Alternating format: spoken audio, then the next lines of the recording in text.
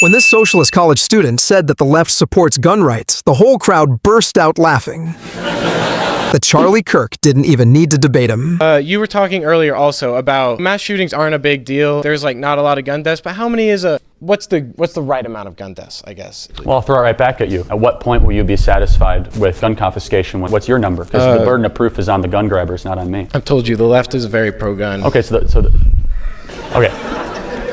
Can you say that again? Like, really, the left is very pro-gun? The socialist and left, not the Democratic Party, a lot of socialists have pro-gun sentiments. In Venezuela, do they have the right to bear arms? Did Mao allow people to have guns? Regimes are populist and they just kind of say whatever the people want. Is the Democratic People's Republic of Korea really democratic? No. Because somebody says they're socialist, you don't just get to slap the label on it. You denounce every evidence of socialism we have, but you cannot produce one. So therefore, I can only judge that which I see. And I see people using the guise of Marxism and socialism. The guise, you just said it for me. It's not real. Of course, if you read the manifesto, they eventually talk about a utopian state absent of any sort of government control, where human nature is completely and totally changed, which I like to call science fiction. So we should just let people who are, in your opinion, inherently bad run amok with no checks? No, that's what's so beautiful about the Constitution. Bad people are going to try to corrupt their power, and we have checks and balances against them. So you just said something I never said. That's why we have an electoral college. That's why we have a House of Representatives. That's why we have a Supreme Court. That's why we have 3 branches of government. That's why the states created the federal government. That's why if a president gets out of power, he can be impeached and removed of office. That's why if a Supreme Court justice gets corrupted, he can also be impeached. That's why a senator used to be able to be recalled by the states. That's why that if someone ever tries to corrupt their power, the founding fathers found levers to be able to remove them immediately, because they knew people suck. And they wanted to be able to get rid of them quickly because they said consensus amongst those who are being governed is more important than the people doing the governing.